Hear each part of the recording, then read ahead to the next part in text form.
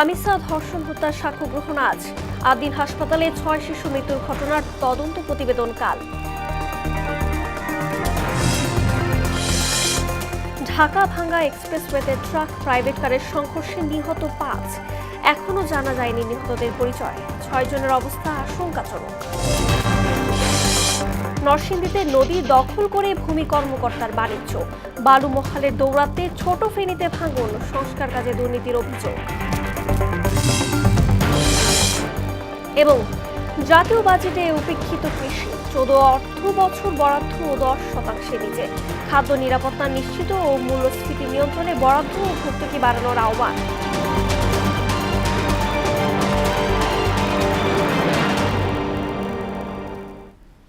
আসসালামু আলাইকুম, স্বাগত মোহনা সংবাদে। এতক্ষণ শুনছিলেন শিরোনাম, পুরো সংবাদের সঙ্গে আছি আমি রজনী রহমান। পল্লবীতে রামিসা ধর্ষণ হত্যাকাণ্ডে এসেছে নতুন মোড়। চার্জ গঠনের শুনানির জন্য আদালতে তোলার সময় মামলার প্রধান আসামি সোহেল রানা নিজের স্ত্রীকে নির্দোষ উল্লেখ করে ডলার নামের এক ব্যক্তি মূল অপরাধী বলে দাবি করেন। ফলে মামলা ঘিরে নতুন রহস্য দানা বেঁধেছে। ইতিমধ্যেই সোহেল রানা ও তার স্ত্রী স্বপ্নার বিরুদ্ধে অভিযোগ গঠন করে বিচার শুরুর আদেশ দিয়েছেন আদালত। সাক্ষ্য গ্রহণ শুরু আজ। রাষ্ট্রপক্ষের আইনজীবী জানান 15 দিনের মধ্যেই এই মামলার চূড়ান্ত রায় ঘোষণা করা হবে। এমদাদুল হক খানের প্রতিবেদন।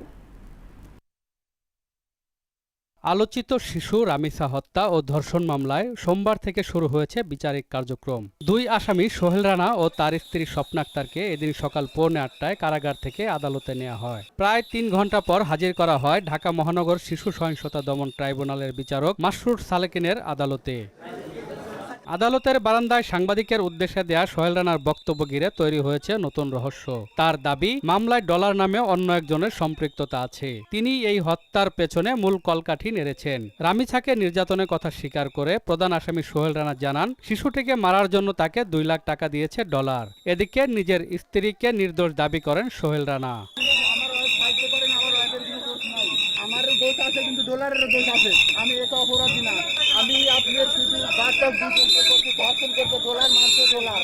পরে রাষ্ট্রপক্ষের আইনজীবী আজিজুর রহমান দুলু বলেন, সস্ত্রীক সোহেল রানার বিরুদ্ধে অভিযোগ গঠন করা হয়েছে।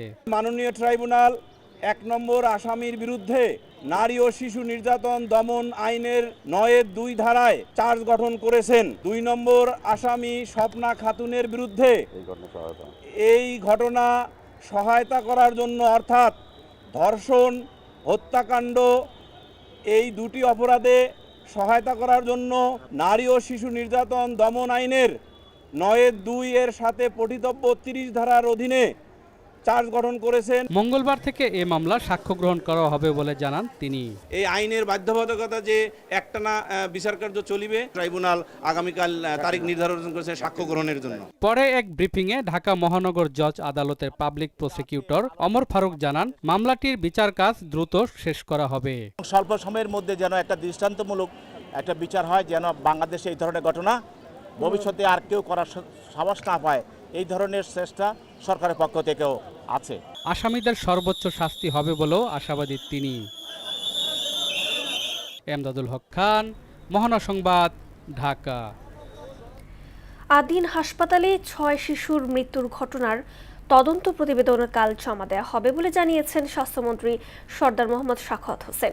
তিনি বলেছেন, ওই 6 শিশু মায়েদের সঙ্গে কথা হয়েছে এবং অপরাধ খুঁজে দেখা হচ্ছে। তিনি বলেন, এই বিষয়ে অ্যাটর্নি জেনারেল সহ সংশ্লিষ্টদের নিয়ে মিটিং করা হবে। আদিন হাসপাতালে 6 শিশু মৃত্যুর ঘটনাকে উদ্বেগজনক হিসেবে উল্লেখ করেন মন্ত্রী। 3 দিনের ভিতরে প্রতিবেদন দেওয়ার কথা ছিল, কিন্তু প্রতিবেদনটি আরো গতিশীল হওয়ার জন্য, আরো প্র্যাকটিক্যাল হওয়ার জন্য ওই বাচ্চাদের মায়েদের সাথে কথা বলা প্রয়োজন। এবং যেহেতু বন্ধ ছিল, এটা আমাদের ডিজি মহোদয়ের পক্ষ থেকে আইনানুগভাবে একটি তদন্ত কমিটি হওয়া বাঞ্ছনীয়। ঈদের ছুটির কারণে সেটি উনি করতে পারেননি। উনি একটি তদন্ত কমিটি করবেন, তদন্ত হবে। 3 দিনের ভিতরে সেই তদন্ত রিপোর্ট 3 তারিখের মধ্যে দাখিল হবে। প্রধানমন্ত্রীর নেয়া গণমুখী উদ্যোগে জবাবদিহিতা ও জন আকাঙ্ক্ষার প্রতিফলন ঘটেছে বলে দাবি করেছেন প্রধানমন্ত্রীর উপদেষ্টা ডক্টর মাহদি আমিন। সোমবার দুপুরে তেজগাঁ প্রধানমন্ত্রীর কার্যালয়ে সংবাদ সম্মেলনে এ কথা বলেন তিনি আরও বলেন, সরকার প্রধানের সরাসরি ও সুস্পষ্ট নির্দেশনায় রাষ্ট্র পরিচালনায় দায়বদ্ধতা, প্রশাসনিক সমন্বয় এবং নীতিগত পরিবর্তন দেখা গিয়েছে। জনগণের ভোটে নির্বাচিত সরকারের মুহূর্তের পদক্ষেপই জবাবদিহিতা ও সেবার প্রতিফলন। তানজিদ ভুঁইয়ার প্রতিবেদন। প্রধানমন্ত্রী তারেক রহমানের সরাসরি তত্ত্বাবধানে কোরবানির বর্জ্য অপসারণ ও নাগরিক সেবা নিশ্চিতে সেবার নতুন মাইলফলক সৃষ্টি হয়েছে। গেল ৩ মাসে রাত দিন নিরলস পরিশ্রমের ফলে দেশের মানুষের মাঝে আস্থা ও বিশ্বাসের জায়গা তৈরি হয়েছে বলে মনে করছে সরকার। ঈদের নির্বিঘ্ন যাত্রা সহ গণমুখী 10টি বিষয় সরকার নিশ্চিত করেছে বলে দাবি করলেন প্রধানমন্ত্রীর উপদেষ্টা ও কার্যালয়ের মুখপাত্র ডক্টর মাহদি আমিন। সরকারের বিভিন্ন জনসম্পৃক্ত ও গণমুখী উদ্যোগ নিয়ে সংবাদ সম্মেলনে এসব কথা বলেন তিনি। এ সময় প্রধানমন্ত্রীর কার্যালয়ের প্রেস উইংয়ের কর্মকর্তারা উপস্থিত ছিলেন। আর বর্তমানে গণমাধ্যম স্বাধীন উল্লেখ করে প্রধানমন্ত্রীর অতিরিক্ত প্রেস সচিব আতিকুর রহমান রুমন ভিউ ব্যবসার নামে অপসাংবাদিকতা বন্ধের আহ্বান জানান। পরিষ্কার পরিচ্ছন্ন ঈদের পরে যে হলো কিনা, আমাদের সিটি প্রশাসক আব্দুল সালামকে নিয়ে নিজে গাড়ি চালিয়ে কিন্তু ঢাকার রাজপথের অলিতে গলিতে ঘুরিয়ে সব দেখেছে কোথায় কোনো খুদ আছে কিনা। প্রধানমন্ত্রী উনি কিন্তু দেশ গড়ার জন্য জীবন বাজি রেখে কাজ করছে। প্রধানমন্ত্রীর গণমুখী উদ্যোগে জবাবদিহিতা ও গণ আকাঙ্ক্ষার প্রতিফলন উল্লেখ করে প্রধানমন্ত্রীর উপদেষ্টা মাহদি আমিন বলেন, 10টি গণমুখী উদ্যোগের বিষয়ে সরকার দায়িত্বশীলতার পরিচয় দিয়েছে। ঈদ যাত্রা নিশ্চিতকরণ, শ্রমিকদের বেতন ভাতা পরিশোধ, দেশীয় পশুর বাজার সুরক্ষা, দ্রুত বর্জ্য অপসারণ, গণপরিবহনের শৃঙ্খলা, চাঁদাবাজি ও সিন্ডিকেট দমন, নিরবিচ্ছিন্ন বিদ্যুৎ সরবরাহ, জননিরাপত্তা নিশ্চিতকরণ, চামড়া খাতে সুষ্ঠু ব্যবস্থাপনা এবং নিত্য প্রয়োজনীয় পণ্যের বাজার স্থিতিশীল রাখা, এই 10টি অগ্রাধিকার ছিল মাননীয় প্রধানমন্ত্রীর প্রধান বা অন্যতম নির্দেশনা। আগামী দিনের চ্যালেঞ্জ মোকাবিলা, আইনের শাসন ও গণতান্ত্রিক মূল্যবোধকে সুদৃঢ় করা এবং সুশাসনের এ ধারাকে টেকসই ও প্রাতিষ্ঠানিক রূপ দেয়াই হবে সরকারের অন্যতম অঙ্গীকার। জনকল্যাণে সেই আন্তরিক অগ্রযাত্রায় গণতান্ত্রিক সরকারের সাফল্য অনিবার্য ইনশাল্লাহ। তানজিদ ভুঁইয়া, মোহনা সংবাদ, ঢাকা। ফরিদপুরের ভাঙ্গায় ঢাকা-ভাঙ্গা এক্সপ্রেসওয়েতে দাঁড়িয়ে থাকা ট্রাক প্রাইভেট কারের ধাক্কায় 5 জন নিহত হয়েছে। এতে চালক সহ আরও 6 জন গুরুতর আহত হয়েছে। ভোরে মালিগ্রাম এলাকায় এই দুর্ঘটনা ঘটে। ভাঙ্গা ফায়ার সার্ভিসের স্টেশন কর্মকর্তা আবু জাফর বলেন, খবর পেয়ে ফায়ার সার্ভিস ও পুলিশ সদস্যরা ঘটনাস্থলে গিয়ে হতাহতদের উদ্ধার করেন। আহতদের ভাঙ্গা উপজেলার স্বাস্থ্য কমপ্লেক্সে নেওয়া হলে সেখান থেকে উন্নত চিকিৎসার জন্য ফরিদপুর মেডিকেল কলেজ হাসপাতালে পাঠানো হয়। পুলিশ জানায়, দুর্ঘটনা কবলিত প্রাইভেট কারটি উদ্ধার করা হয়েছে। এ ঘটনায় আইনগত প্রক্রিয়া ও নিহতদের পরিচয় শনাক্তের চেষ্টা চলছে। স্পটে গিয়ে দেখতে পাই ট্রাকের পিছনে প্রাইভেট কারের যাত্রীগণ, ট্রাকের পিছনে প্রাইভেট কারটি মেরে দিয়ে যাত্রীগণ আটকা পড়ে আছে। তো আমরা তাৎক্ষণিক সময়ে উদ্ধার কাজ শুরু করি এবং 3 জন আহত অবস্থায় তাদেরকে উদ্ধার করি এবং 4 জন স্পট ডেড অবস্থায় আমরা উদ্ধার করে আহতদেরকে ভাঙ্গা স্বাস্থ্য কমপ্লেক্স হাসপাতালে প্রেরণ করি। দেশের সবচেয়ে বড় পাইকারি কাপড়ের বাজার শেখেরচর বাবুরহাটে অবৈধ ভিট তৈরি করে বাণিজ্যে মেতে উঠেছে একটি চক্র। ইউনিয়ন ভূমি কর্মকর্তা ও বাজার কমিটির সমন্বয়ে নদী দখল করে তৈরি এসব ভিটি বিক্রি হচ্ছে 3 থেকে 4 লক্ষ টাকায়। এর ফলে ব্যক্তিগত বাণিজ্য হলেও সরকার হারাচ্ছে রাজস্ব। রেজাউল করিমের পাঠানো তথ্যচিত্রে তাহসিন তারিনের রিপোর্ট। প্রাচ্যের ম্যানচেস্টার খ্যাত নরসিংদীর শেখরচর বাবুরহাট দেশের সবচেয়ে বড় পাইকারি কাপড়ের বাজার। দেশীয় কাপড়ের সিংহভাগ চাহিদা পূরণকারী এই বাজারে সরকারি বেসরকারি দোকানের সংখ্যা 5000-এর বেশি। সরকার প্রতি বছর ভিটি বরাদ্দের মাধ্যমে বিপুল পরিমাণ রাজস্ব আহরণ করে থাকে। তবে পুরাতন ব্রহ্মপুত্র নদ দখল করে গড়ে উঠেছে কয়েক ডজন দোকানঘর। নদী দখল করে নির্মিত হওয়ায় এইসব ভিটির নেই কোনো অনুমোদন। সেই সঙ্গে সরকারকে ফাঁকি দিয়ে এই চক্রটি হাতিয়ে নিচ্ছে লাখ লাখ টাকা। বাংলাদেশের অন্য জায়গায় নদী খনন করতেছে, সেখানে আজকে এখানে নদী ভরাট করে এখানে বণিক সমিতির সভাপতি বোরহান উদ্দিন এর নেতৃত্বে এই সমস্ত ঘরগুলো উঠাচ্ছে। বিভিন্ন ভাবে ঘরগুলো তুলতেছে, করতেছে, এটা তো আমরা কিছু বুঝি না, আমরা সাধারণ মানুষ। সরকার এই যে ভিডিওগুলো ওনারা অবৈধভাবে দিচ্ছে, যদি এগুলো দেওয়ার মতো অবস্থায় থাকে তাহলে এটা সঠিকভাবে এবং যেভাবে ভিটি বন্দোবস্ত দেওয়া হয় ওইভাবে দেওয়া হোক। অবৈধভাবে নির্মাণ করা এইসব ভিটি সম্পর্কে জানতে চাইলে ভূমি কর্মকর্তা ক্যামেরার সামনে কথা বলতে রাজি হননি। আর বণিক সমিতির সভাপতি বলছেন তার অনুপস্থিতিতে তৈরি হয়েছে এইসব ভিটা। অবৈধ স্বীকার করে দ্রুত অপসারণের কথাও জানান তিনি। আইনগতভাবে যেটা আমার করার দরকার আমি ওইটা না। আপনি এক মিনিট, আপনি কার সাথে কথা বলছেন? আপনার এই সংশ্লিষ্ট বিষয় ঊর্ধ্বতন কর্তৃপক্ষটাকে এক্সিলেন্সারের সাথে কথা বলছি। আচ্ছা, এডিসির সাথে কথা বলছি। যার যার এলাকার যার যার প্রভাবে যারা একটু ক্ষমতা আছে, দুর্বল আছে, যাদের একজন আত্মীয় স্বজন দুর্বল, তার ক্ষমতা আছে, একটা তুমি ভাইয়া পয়সা দিন না, তুমি বন্ধ। নদী দখল করে অবৈধ ভিটা তৈরির বিষয়টি জেলা প্রশাসনের নজরে নেই দাবি করে খোঁজ খবর নিয়ে দ্রুত ব্যবস্থা নেওয়ার আশ্বাস দেন জেলা প্রশাসক। অবৈধ দখল বলি বা অবৈধভাবে কোনো কাজ করা, এটির বিরুদ্ধে কিন্তু প্রশাসন কিন্তু বদ্ধপরিকর ব্যবস্থা নেওয়ার ক্ষেত্রে। আপনি যে বিষয়টি বললেন এটি তদন্তপূর্বক ব্যবস্থা জানি। অসাধু এই চক্র থেকে রক্ষা করতে দ্রুত সময়ে বাজারে সুষ্ঠু পরিবেশ ফিরিয়ে দেওয়ার দাবি প্রকৃত ব্যবসায়ীদের। তাহসিন তারিন, মোহনা সংবাদ। নোয়াখালী ফেনীতে অবৈধ বালু মহালের দৌরাত্মে ভাঙন দেখা দিয়েছে ছোট ফেনী নদীতে। পাশাপাশি সংস্কার কাজে ব্যাপক দুর্নীতি ও নিম্নমানের সামগ্রী ব্যবহারের অভিযোগ উঠেছে। সংযোগ সড়কটি পুনর্নির্মাণ এবং সেতু সংস্কারের দাবি স্থানীয়দের। মোহাম্মদ সেলিমের প্রতিবেদন, জানাচ্ছেন মাহমুদা আক্তার। ফেনীর সোনাগাজী উপজেলার ছোট ফেনী নদীর উপর নির্মিত সাহেবের ঘাট সেতু 2018 সালে 74 কোটি টাকা ব্যয়ে 1568 ফুট দৈর্ঘ্য ও 34 ফুট প্রস্থের এ সেতুটি নির্মাণ করা হয়। নদী ভাঙনের জেরে এর দুপাশের সংযোগ সড়কের এই বেহাল অবস্থা। যে কোনো সময় ধসে পড়ে ঘটতে পারে বড় দুর্ঘটনা। 2024 সালে ভয়াবহ বন্যার পানির চাপে নোয়াখালীর কোম্পানিগঞ্জের 23 গেট বিশিষ্ট মুছাপুর রেগুলেটর নদীগর্ভে বিলীন হয়ে যায়। সেই থেকে চরম ঝুঁকিতে পড়েছে সেতুটি। এই ঝুঁকি নিয়ে প্রতিদিনই পারাপার হচ্ছে এলাকাবাসী। বর্তমানে দুর্নীতি ও অনিয়মের মধ্য দিয়েই চলছে দুই পাশের সংস্কারের কাজ। এটি পুনর্নির্মাণের এবং সাহেবের ঘাট সেতু সংস্কারের দাবি তাদের। যে দক্ষিণ দিকে তো এখন নদীটা ভাঙি আসতেছে, এখানে বলকটা বিছাইতেছে, বলকগুলা এই বর্ষাকালে এই খালটা ভাঙি, নদীটা ভাঙি, বলকগুলা আবার পড়ে যাবে। বন্যা পরিস্থিতিতে এই ব্রিজের দুই প্রান্ত ক্ষতিগ্রস্ত হয়। বড় বড় গাড়ি যায়, এখন ডাম ট্রাক, বালু ট্রাক, মালবাহী ওভারলোড গাড়ি যায়। ব্রিজটা অনেক ঝুঁকিপূর্ণ আছে।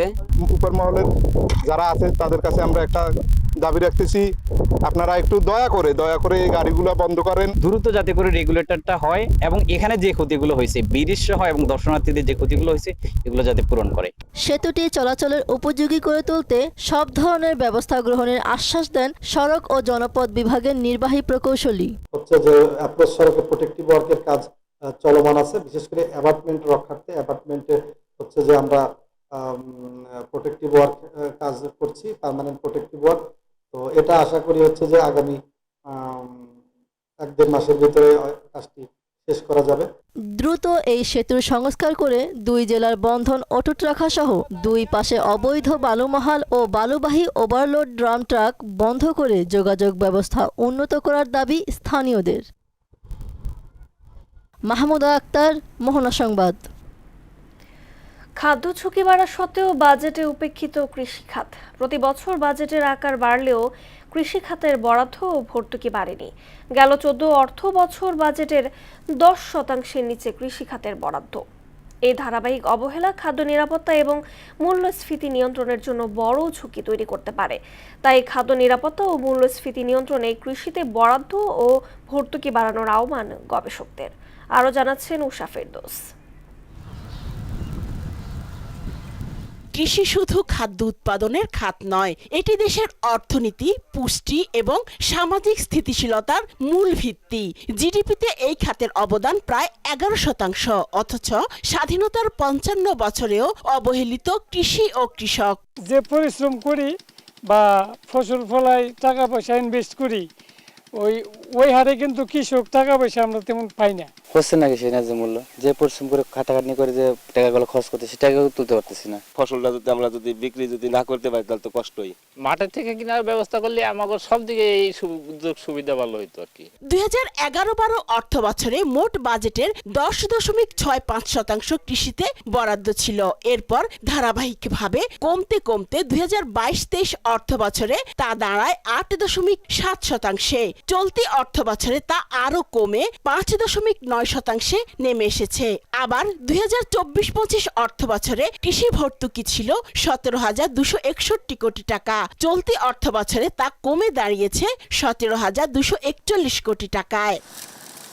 মোট বাজেটের আকার যেভাবে বেড়েছে, কৃষি খাতের বরাদ্দ ও ভর্তুকি সে হারে না বাড়ায় বাস্তব চাহিদা ও বাজেটের মধ্যে বড় ধরনের ব্যবধান তৈরি হয়েছে। আমাদের কৃষি ক্ষেত্রে যে বাজেটগুলো বা ভর্তুকিগুলো দেওয়া হচ্ছে, সেগুলো সার অথবা বীজের ক্ষেত্রে দেওয়া হয়, সেগুলো যারা ইম্পোর্ট করছে তারা পেয়ে যাচ্ছে, বাট আমাদের কৃষকরা কিন্তু সরাসরি কোনোভাবে লাভবান হচ্ছে না।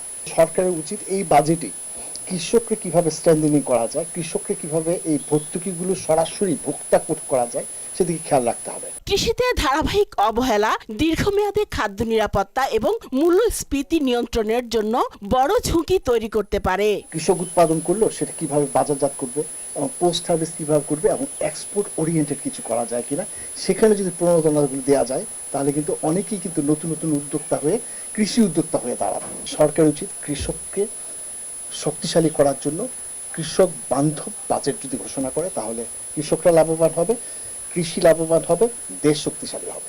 জলবায়ু পরিবর্তনের কারণে কৃষি এখন সবচেয়ে ঝুঁকিপূর্ণ খাতগুলোর একটি। তাই হাওর উপকূল ও খরাপ্রবণ অঞ্চলের জন্য বিশেষ বাজেট ও দীর্ঘমেয়াদী পুনর্বাসন পরিকল্পনা প্রয়োজন বলেই মনে করছেন বিশ্লেষকরা। উষা ফেরদৌস, মোহনা সংবাদ। পরিচ্ছন্ন নগরী রাজশাহীর নান্দনিকতাকে বহুগুণ বাড়িয়ে দিয়েছে বহুতল ভবন। 20 থেকে 22 তলা এসব ভবনের অগ্নি নির্বাপনে 18 কোটি টাকা ব্যয়ে টিটিএল গাড়ি কেনে ফায়ার সার্ভিস। তবে নগর জুড়ে ঝুলন্ত বৈদ্যুতিক তার, ডিশ ও ইন্টারনেট লাইনের জট দমকল বাহিনীর কাছে এক দুশ্চিন্তার কারণ। মেহেদী হাসান শ্যামলের প্রতিবেদন, জানাচ্ছেন মিশাল বিনতে আনোয়ার। পরিষ্কার পরিচ্ছন্ন নগরী হিসেবে রাজশাহীর সুনাম দেশ জুড়ে। সময়ের সঙ্গে তাল মিলিয়ে রাতের আলোয় ঝলমল করা বিভাগীয় শহর রাজশাহীতে গড়ে উঠেছে একের পর এক দৃষ্টিনন্দন বহুতল ভবন। এসব বহুতল ভবনের আগুন নিয়ন্ত্রণে প্রায় 18 কোটি টাকা ব্যয়ে কেনা হয় অত্যাধুনিক টার্ন টেবল লেডার বা টিটিএল গাড়ি, যা 20 থেকে 24 তলা পর্যন্ত আগুন নিভাতে সক্ষম। তবে নগর জুড়ে ঝুলন্ত বৈদ্যুতিক তার, ডিশ ইন্টারনেট লাইনের জটলা ও নিচু গাছের ডাল এখন জরুরি সেবার ক্ষেত্রে বড় বাধা। নেটের লাইন, ওয়াইফাই লাইন, ডিশের লাইন বা পিডিবির লাইনগুলো, এগুলো শর্ট সার্কিট হয়, অনেক সময় আগুন ধরে, অনেক সময় বাচ্চাদের গায়ে পড়ে। তারের কারণে ভিতরে গাড়ি ঢোকানো যায় না। বড় গাড়িগুলো যেতে লাগলে অনেক সময় ছিঁড়ে যায়, তার বেঁধে যায়। পাখিদের জন্য কিন্তু এই তারগুলো যথেষ্ট বিপদ। পর্যটকের জন্য একটা বিরূপ প্রতিক্রিয়া তৈরি করে। নির্মূল করার জন্য আমি যতটুকু মনে করি যে মাটির নিচ দিয়ে দিলে ধরেন বিষয়টা সুন্দর দেখা যায়, আর তখন দুর্ঘটনাও কম হবে। শহরের তারের জঞ্জাল আর নিচু গাছের ডালে আটকে অত্যাধুনিক টার্ন টেবল লিডারটি এখন গ্যারেজেই বন্দী। টিটিএল গাড়িটা 68 মিটার, যেটা প্রায় 22 তলা পর্যন্ত আমরা কাজ করতে পারি। এটা চলার জন্য আমাদের যে রাস্তা লাগে, পাশাপাশি রাস্তায় যে প্রতিবন্ধকতাগুলো আছে, কারেন্টের তার আছে, ঘাস আছে, এইসব বিষয়গুলো আমাদের অনেক সময় ব্যাক পেতে হয়। টিটিএল গাড়িটি পেতে অনেক দিন দরবার করা হলেও তা ব্যবহার উপযোগী রাস্তা নিশ্চিত করতে স্থানীয় প্রশাসন উদাসীন বলে অভিযোগ বিশেষজ্ঞদের। এটাকে যদি যথাযথভাবে আমরা পর্যবেক্ষণ না করি, যথাযথভাবে যদি দেখভালটা না করি এবং দায়িত্ব যদি এড়িয়ে যায়, এটি রাজশাহী সিটির যারা বাসিন্দা তাদের জন্য একটা বড় ধরনের সংকট তৈরি করবে সামনের দিনে। দ্রুত পদক্ষেপ নেওয়ার আশ্বাস দিলেন নগর প্রশাসক। এই রাজশাহী মহানগরীতে যে সমস্ত ডিসের তার এবং আমাদের নেটের তারগুলো রয়েছে, সেগুলো আমরা আন্ডারগ্রাউন্ড করে দেব আর তারের কোনো সমস্যা আমার মনে হয় থাকবে না। শহরের রাস্তাগুলো ফায়ার সার্ভিসের গাড়ি চলাচলের উপযোগী করার পাশাপাশি বহুতল ভবনগুলোতে নিজস্ব অগ্নি নির্বাপক ব্যবস্থা জোরদারের তাগিদ বিশেষজ্ঞদের। মিশাল বিনতে আনোয়ার, মোহনা সংবাদ।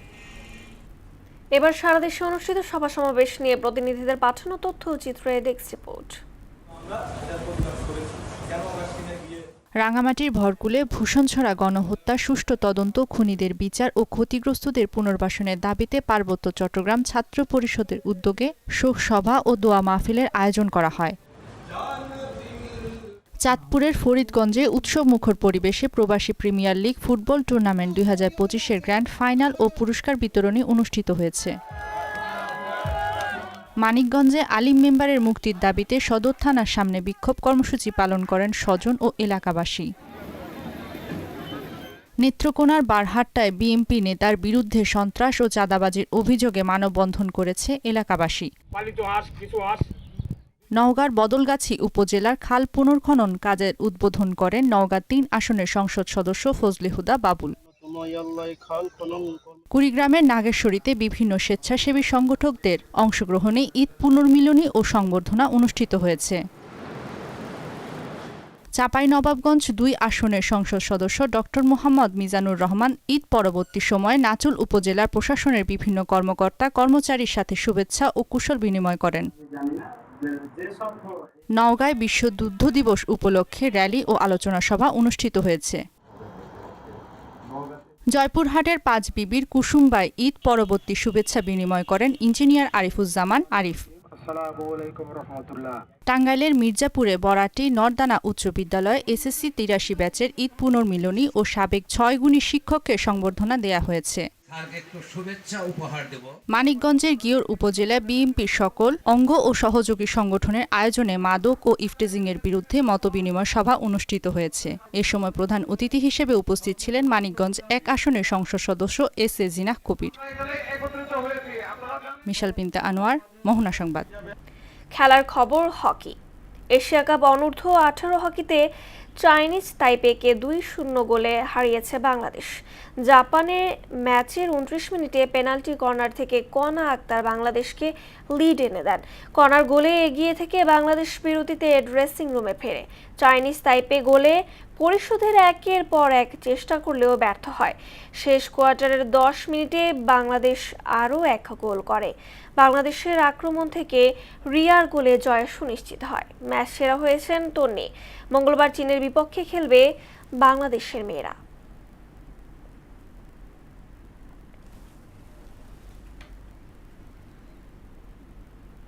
দর্শক, এই পর্যায়ে জানিয়ে দিচ্ছি আজকে সংবাদপত্রের গুরুত্বপূর্ণ শিরোনাম।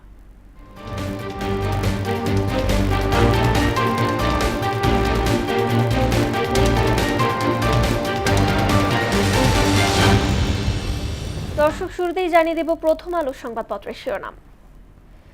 টিকা দেওয়ার পর এখনো হাম থামেনি। মন্ত্রীর আকস্মিক পদত্যাগ নেপথ্যে নানা আলোচনা। যুক্তরাষ্ট্রের সঙ্গে আলোচনা স্থগিত করল ইরান।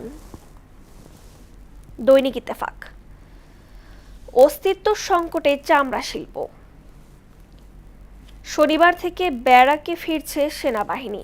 এ মাসের মধ্যেই পুরো ফোর্স ব্যারাকে ফিরবে। বর্ষিয়ান রাজনীতিকের বিদায়, তোফায়েল আহমেদ আর নেই। সমকাল। মন্ত্রীর পদত্যাগ, সরকারের অস্বস্তি। 371টি ইউনিয়ন পরিষদের মেয়াদ শেষের পথে।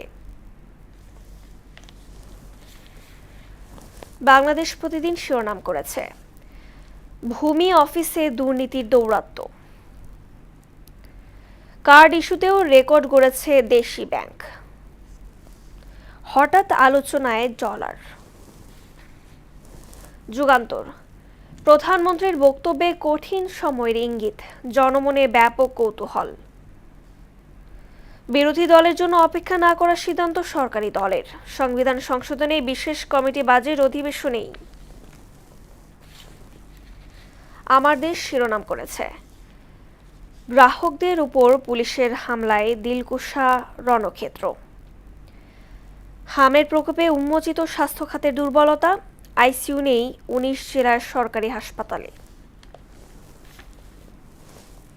এই ছিল সংবাদপত্রের গুরুত্বপূর্ণ শিরোনাম। শেষ করব মোহনা সংবাদ, যাবার আগে শিরোনামগুলো আরো একবার।